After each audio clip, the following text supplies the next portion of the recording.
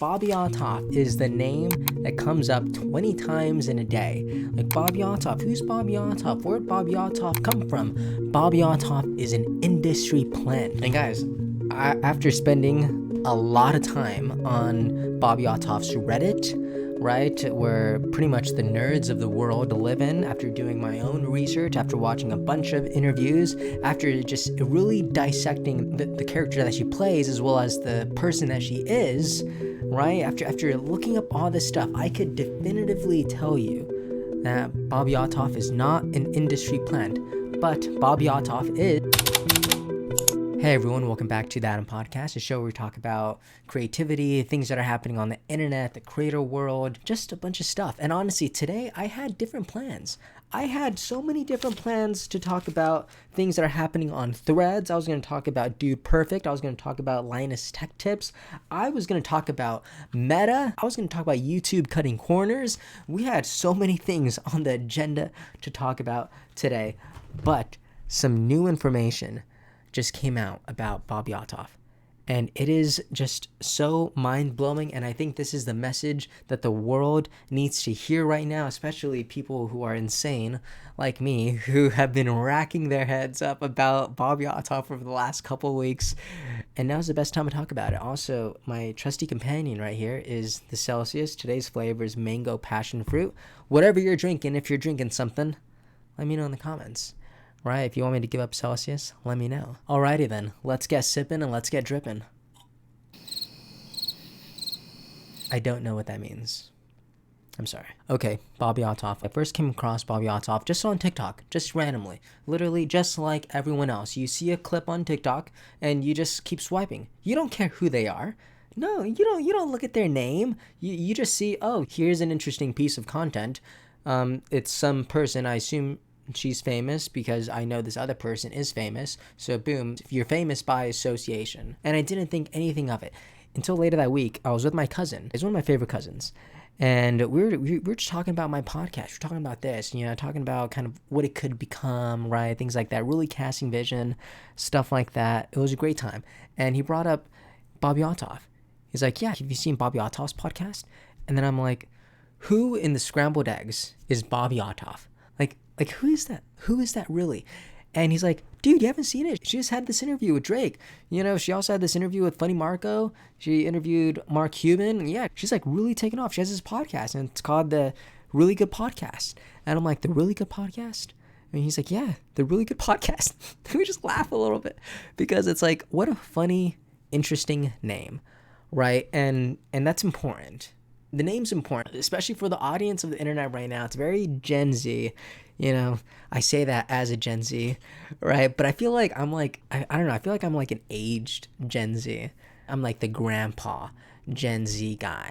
It's like, man, I love the internet, but I'm also like, I'm tired, Anyways, in that moment, we start talking about Bobbi Althoff, and I'm like, how is she doing this? How do you land Drake? That doesn't make sense to me. How do you land all these famous people? I don't know who she is, right? Like it's different when you have a podcast like Logan Paul's podcast, Impulsive, because boom, Logan Paul, he is already a staple in so many industries, so he could interview just anybody he wants, right? When Logan Paul starts a podcast, he can have any guest he wants, because when you get to that level, you can get anybody you want. So it just makes sense, right? Same thing with Joe Rogan. Joe Rogan could get any guest he wants. He gets presidential candidates, he gets celebrities, he gets literally anybody, right? Because he's Joe Rogan. But Bobbi? Who's Bobbi? Bobbi who? So in that conversation with my cousin, I was like, no, who is she? She had to have been someone before she landed Drake. You don't just land Drake. You can't just be a nobody and then get Drake. That just doesn't happen. That's not how this internet world works. You got to know someone. You got to be someone. You got to find someone who knows someone. Like, there has to be this association, right? And that's why a lot of people are thinking about, oh, she's an industry plant because no one knew about her and then everyone knew about her. No, I'm not saying industry plants aren't real, all right, because the conspiracy theorist in me is like, well, anything can happen. So I'm not discounting that. What I am saying is I just don't think that's the story here. I think the story is much more simple. So we're going to follow the train of events, because from that moment with my cousin, he said, yeah, she was a nobody. She didn't have like any followers. She just started interviewing people. And I think a lot of people think that. But the fact is, they're wrong, because Bobbi Althoff, before she interviewed anybody, she was a TikToker. She made TikTok videos. She made content for the internet about her being a mom and just that whole process. And again, this is a whole niche on TikTok. Like, yeah, I'm a mom. I'm sharing my stuff. This is all my mom's stuff. Like, this is a shirt that I wear when I'm a mom. You know, this is the Celsius I drink exclusively for moms. I don't know mom content, but I'm assuming it's content like that. And that's the content that she was making. I was scrolling and I found it. And it's kind of good, right? And get this, she didn't just have a couple hundred followers. She didn't just have a couple thousand followers on TikTok, right? This woman didn't even have a couple 100,000 followers on TikTok before she interviewed a first guest. Bobbi Althoff had over 3 million followers on TikTok before she brought on her first guest onto the Really Good podcast. So she did not start from zero, right? She didn't just decide to start a podcast and just record it and just put it out into the world and see what happens. No, when she recorded and put it out into the world, she had a pretty good chance that at least 3 million of those people would see it. And I understand TikTok, right? I understand that having 3.4 million followers on TikTok does not mean 3.4 million people will see it. That's not how the internet works. You still have to work for your content, right? But the point is, she did not start from zero. So this idea that she was a nobody before she was a somebody is just not true. And on TikTok, you always start from zero. Everyone starts from zero. And as part of my research, I'm on Reddit and I'm looking up things, and people are like, yeah, I've followed Bobbi since like 100,000 followers, right? Like, I remember her content before the interviews, before the podcasts. Like, I just saw her being a mom and I thought she was cool.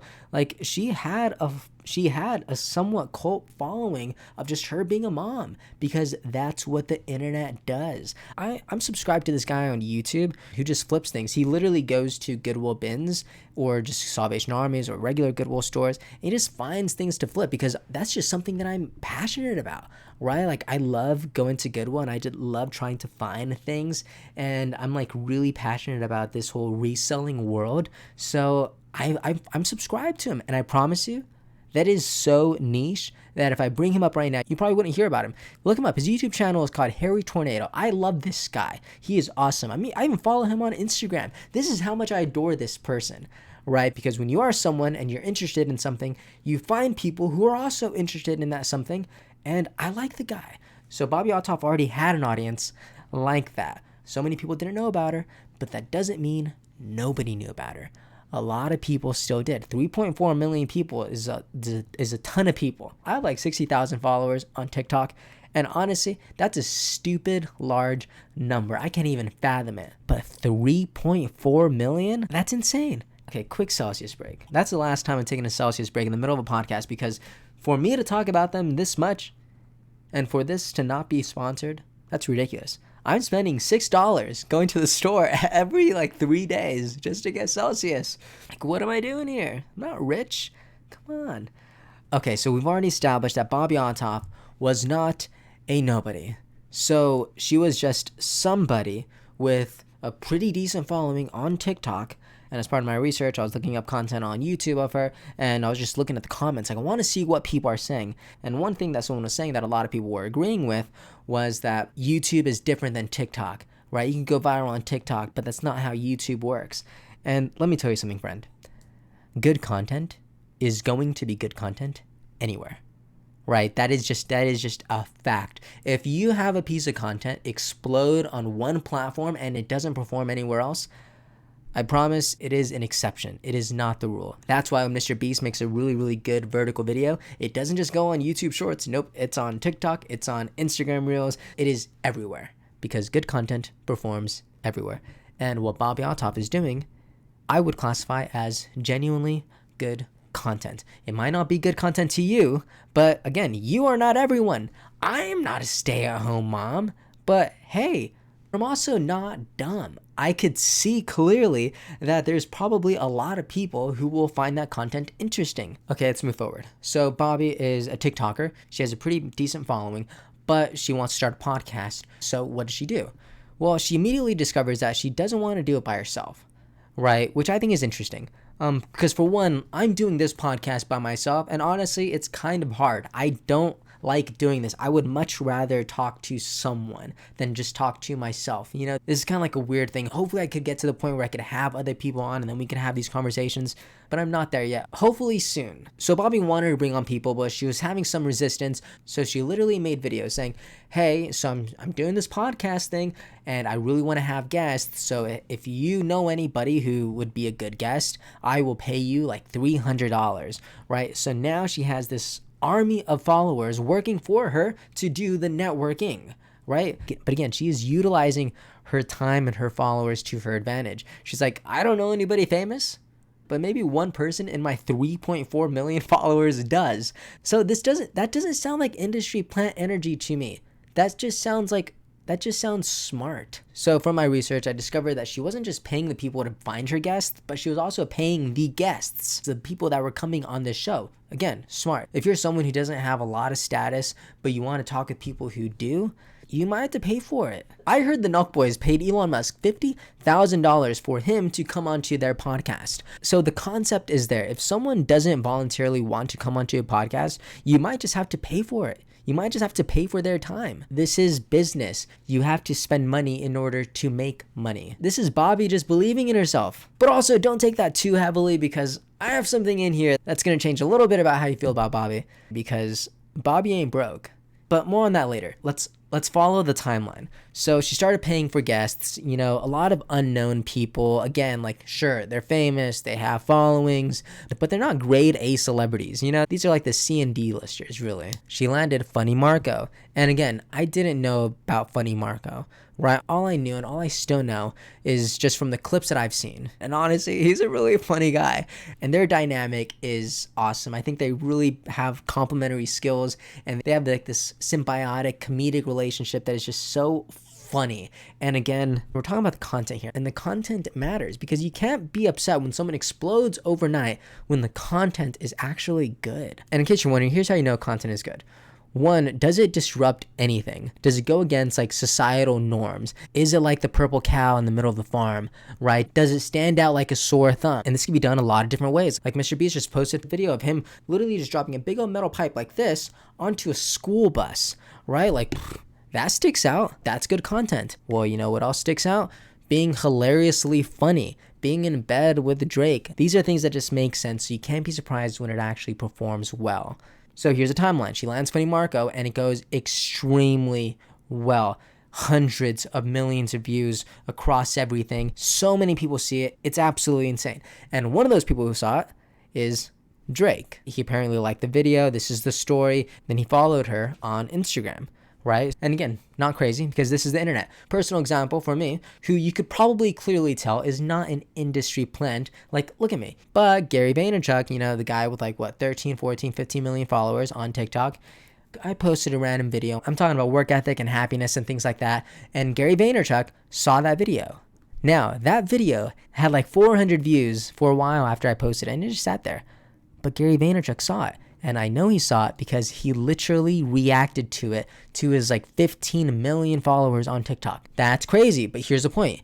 You never know who is going to be on the other side of that video that you post, right? So for Bobbi Althoff to post a video and get the attention of Drake, not crazy. We need to stop thinking that it's crazy, because these things happen every single day. Okay, so the timeline here still makes sense. Drake saw her video, he liked it, so what she does, as any normal person in probably this situation under these circumstances would do, she sent him a message saying, so when are you going to come on the podcast? Hey, why wouldn't she do that? Of course. And if you don't think that would happen, I want to ask you, if you got a video that got over 100 million views and the attention of Drake, and he followed you, you wouldn't message him? Come on, stop being crazy. Yes, you would. So from that DM, Drake was like, yeah, sure, let's do it. And 3 days later, it happened. And she went viral again, except way more, because this is great content. It's funny, it's somewhat weird, it's super curious, and it's hard to look away from. It's like, wait, that's Drake. Wait, he's in bed. Wait, who's this other person? Like, it makes sense, especially in this world that we're in where so many things just don't make sense. You could clearly see the timeline, and I'm not saying that luck didn't have anything to do with it. It obviously has a lot to do with it, but we need to acknowledge that a lot of smart decisions were also being made here. So after this, massive virality came out, and more eyeballs than ever are on Bobbi Althoff. At this point, it's unclear if she had representation before Drake, but I know very well that she had representation after Drake, because that's how she was able to get someone like Mark Cuban on her podcast. So when I say representation, I'm talking about an agency, because now you can see that she's actually represented by an agency. And again, pretty things don't come cheap. And in the Mark Cuban podcast, Bobbi Althoff talks about how she's literally in debt like $20,000 just because she's pouring money into this podcast. Like I said earlier, you have to spend money in order to make money. But I also said it's not that simple, because check this out. One, you could start to feel bad about Bobbi Althoff because, whoa, she spent $20,000 trying to make it. Like, I'm happy for her. Good for her. She made it. But the fine people of Reddit discovered that Bobbi Althoff had already made it, because Bobbi Althoff was already rich, because Bobbi Althoff married someone who was a multimillionaire. Apparently a guy who sells multiple courses on the internet and has made over like $18 million in sales. Insane, absolutely crazy. And whether or not these numbers are completely accurate, I think the principle is still, she was not a nobody. She was not broke. She didn't start from zero. You can be lucky, but you can also increase the surface area of luck through hard work. So just to kind of land the plane a little bit, I want to talk quickly about them unfollowing each other on Instagram, Drake and Bobbi Althoff. A lot of sources are confirming that this is all just a publicity stunt. And I think I believe that. Some people think there's actual drama. I don't know. Maybe it could. But either way, here's a really, really good thought. Whether or not they unfollowed each other, based on it just being good marketing, we are talking about it. People on the internet are talking about it. People like me, people like you, we are talking about it, and we are interested in this conversation. So they did a good job. Bobbi Althoff posted on Instagram, I think, saying, social media changed my life. And honestly, I think that's just a reality that people need to get comfortable with. Social media can change your life. Social media has changed my life, and who am I? Anyways, that is all I have for you guys. Thank you so much for watching. If you made it this far, please like and subscribe. It really does mean a lot to me. See you guys soon.